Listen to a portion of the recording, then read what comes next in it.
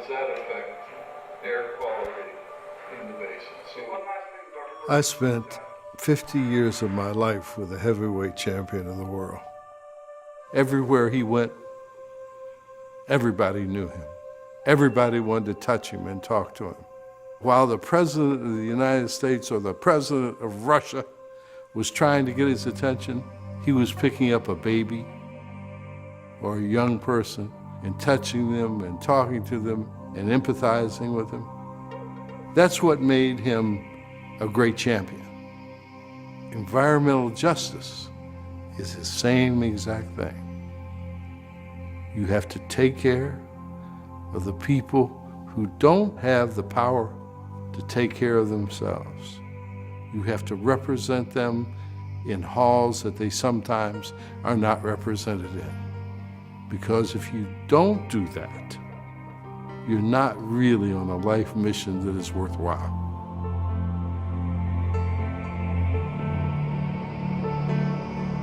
I think everybody cares about the air we breathe. I care for my family, my wife, my children. I care about my neighbors, my community. I care about the 17 million people that live in Southern California, and I work every day to try and bring them cleaner air to breathe.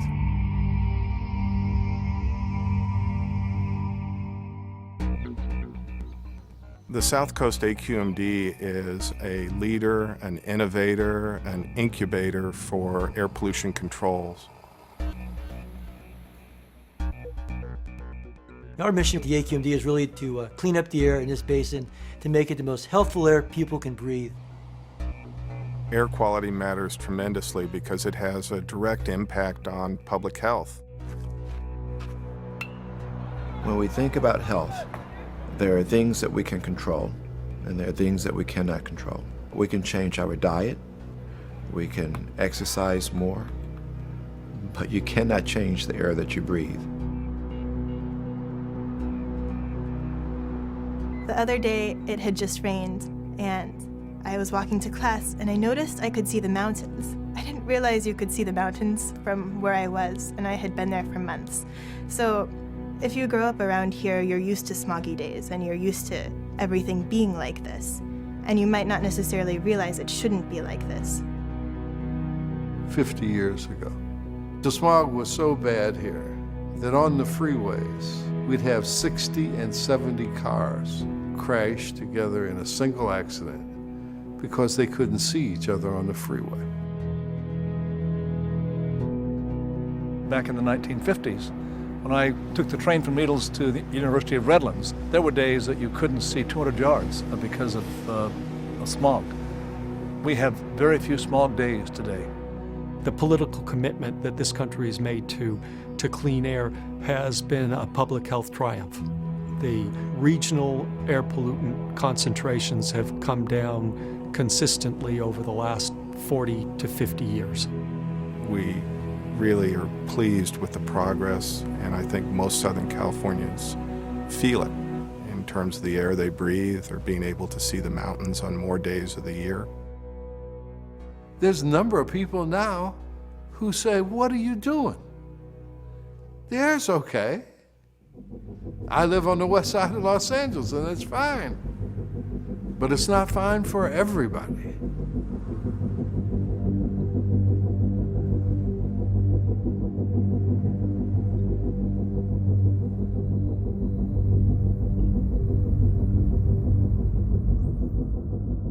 We wake up in the morning, and usually in California there is a blue sky, but we don't really understand that there are places, hot spots in Southern California, and where I am at right now in Boyle Heights is one of those places where the air is not that good. It's always been a problem because of the proximity to the city of Vernon and also all the traffic that goes through here.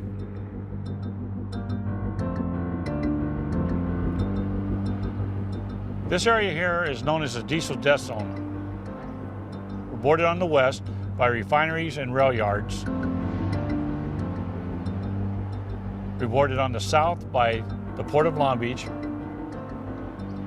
north by the 405 freeway, and to the east by the 710 freeway.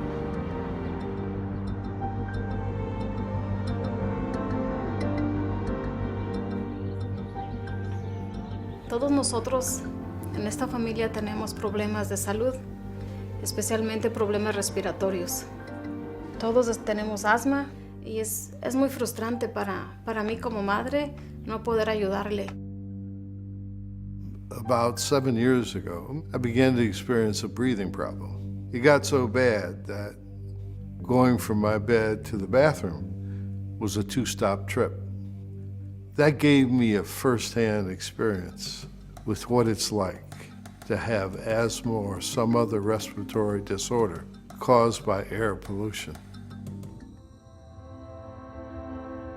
Southern California's air today is actually the worst in the nation. The fact is that according to the best estimates, nearly 5,000 Southern Californians die prematurely each year due to air pollution. That's clearly unacceptable by anybody's standards. While we're sitting here doing this interview, 15 people will die today from pollution-related illnesses. 15 died yesterday, 15 died the day before, and 15 will die tomorrow. So it's never fast enough, and it's never enough for those people. So the job continues. It's a job that must be continued for some time. Tantos vecinos que ya hemos despedido, que han sido impactados por el cáncer. My biggest fear is that I get cancer and I wouldn't be able to see my kids, my children's kids. Children are getting sick as a result of exposures to air pollution that are occurring right now. We see at our clinic children every day who are suffering from asthma, and many of them have asthma that is not under control. I actually had a patient that died of asthma. He was this adorable young child. His mother had severe asthma, his aunt had severe asthma. If people keep doing this stuff, we won't be able to breathe, and it'll be hard for us to live our lives. And if we can live our lives, then we can start a new generation. We've known for years that air pollution will trigger an asthma attack in a child with asthma. What we didn't know was that it actually can affect lung growth and actually cause asthma. I was born in LA County. I moved all around there when I was a baby, and because of that, I have asthma now, and a lot of my friends have asthma. By the time they graduate from high school, we see almost a 5-fold increase in rates of abnormal lung function from the cleanest communities to the dirtiest communities. There's increasing evidence that local exposure right around major roadways increase the risk of chronic disease, and there's no regulatory framework for that. You can't put a school near a major freeway, but you can put in a major traffic corridor near a school. The largest portion of pollution in our basin are mobile sources. When you look at the whole stage, from drilling to exploration, from extracting that oil from the ground in a foreign country somewhere, causing pollution, then to take that oil on a super tanker that crosses the ocean from a satellite, you can see the trail of pollution coming from the Middle East all the way to the United States. That ocean liner sits there off the port and burns that fuel, which spreads and disperses throughout the region. And the next stage is to transport that to the refineries. Then from the refinery, you need those large diesel tankers to take it to the gas station. That's where you, the consumer, are able to put your money in it and get that. These impact, there's a direct relationship to the number of premature deaths in our basin. 180,000 trucks operating in an inner city core put out the same pollution as 1 million passenger cars. So what that would tell me is, do we want to target the truck application as the biggest contributor to pollution? If you're in an area of bad pollution near a freeway or a busy road, you're inhaling nitric oxides, carbon monoxide, hydrocarbons, and if it's diesel, they're particulate matter, which not only goes in your system, but goes in your lungs, your organs, and in your cells. There are two main components of smog. There's ozone pollution, and then there's particulate matter. Sometimes it confuses people to talk about ozone pollution, because when they think of ozone and the environment, they think of the ozone layer disappearing over Antarctica. Ozone is good up high, but it's not good close to Earth. It's a strong oxidant, which means that it can oxidize respiratory tissue, and that causes an inflammation, kind of like sunburn. Then there's also particulate matter, and that's like what we see. So that's the brown haze over Los Angeles. On polluted days, if you get out and exercise outdoor, you can breathe in 5, 10, even 15 times the amount of air that you would if you were sitting at home without exercising. All the people in the gym doing weights. As you breathe, you're inhaling emissions from those cars, those trucks, those airplanes. Most of those gyms are near freeways or busy streets, in the middle of commercial areas. My little sister is in elementary school right now. She's in kindergarten, and the playground of the school is very close to a freeway. There have been studies that show that children, especially, for example, playing on sports teams in areas where the pollution is very bad, they have negative pulmonary function just from something that ought to be beneficial and good for them. I think it just seems really unjust to me that just because of where we live, we're at a higher risk. Some of our early findings suggest that even short-term exposure to the type of pollution that we find along busy freeways can activate genes in the brain that are genes that we associate with cancer. There is preliminary proof that when a pregnant woman breathes, the PM particles that are microscopic transmit through her bloodstream to the fetus, causing possible brain damage. That's scary stuff. Can't let that happen. We have to grapple with our energy source pollution. The transportation of goods from our ports to our retailing establishments is a major problem which has got to be handled. If we look at the Twin Port Complex, it is by far our largest source of air pollution. These ports that serve us, Long Beach and Los Angeles, the harbors, import about 40 to 44% of the nation's imported goods. A tremendous center of commerce. As the containers leave the port and travel by rail and truck, the air pollution from the locomotives and trucks goes directly into the communities along the freeways and the rail lines. And a lot's being done to what we call green the ports. But in spite of that progress, a lot more needs to be done. We need to be thinking of creating a zero-emission goods movement system. And it needs to start at the ports.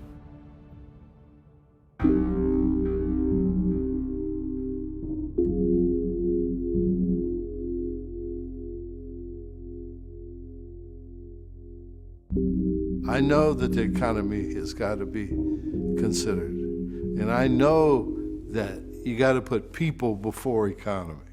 So it's just a horrific balancing act. And we're continually trying to work on that. A lot of the freight trains that are out there, that's also one of the largest sources of pollution, specifically in areas such as downtown Los Angeles, San Bernardino, Riverside. This particular rail yard was found to be the most toxic of the 18 major rail yards in the state. Not just by a little bit, but by almost double.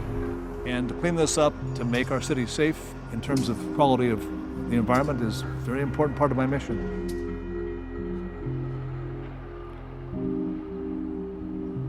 Well, the railroad facility behind us, ICTF terminal, was built in 1986. Right behind this railway trains right here behind me, there are low-income housing, senior citizen housing, and a school within a quarter of a mile of a major rail facility. This used to be a wildlife area for kids to play in. They're cheating us out of quality of life. That's what we're being cheated out of, quality of life. And that's what we want. Everybody thinks they can dump anything they want into West Long Beach. We're not a third world country, and we damn well gonna fight back. Clean air certainly is a right. On a personal level, I'm very involved because I think it's a matter of justice. And I think that the tragedy is when certain communities, because of their income background, or they may not have the same education, are taken for granted. you see there where the abuse is more rampant. People think they can dump things. People think they can have different types of industry that will not have an impact or will not be contested. I think we have the same right that everybody else, the right to breathe. It's really a human rights issue. We need, more than we need shelter, we need clean air, and we need clean water. You know, I would even go to say that there should be an amendment in our Constitution promising those things to people if we're really serious about a democracy. Even from a government perspective, you have to look at what are the health costs. What does it really cost us in increasing health concerns or medical bills versus the cost of reducing that pollution?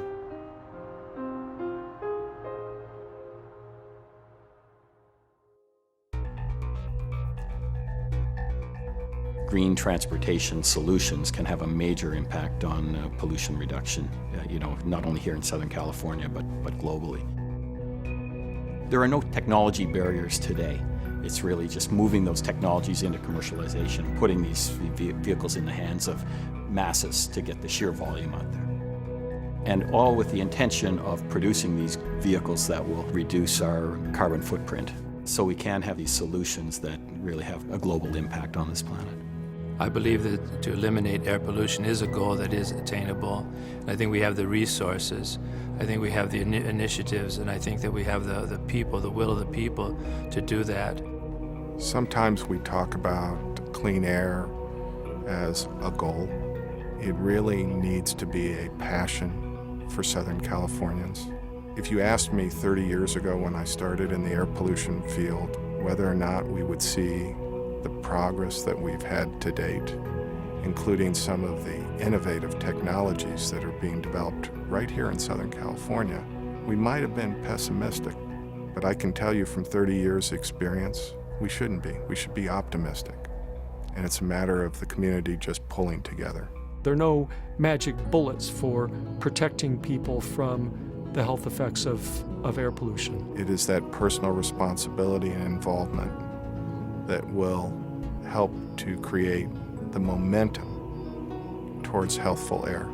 You know, it's about shifting the way that we think about everything that we do, and it's like a worldview shift. Our kids are going to live with what we leave them. And if we don't leave them something good, they're going to be worse off than we are. So we got to start now to change it.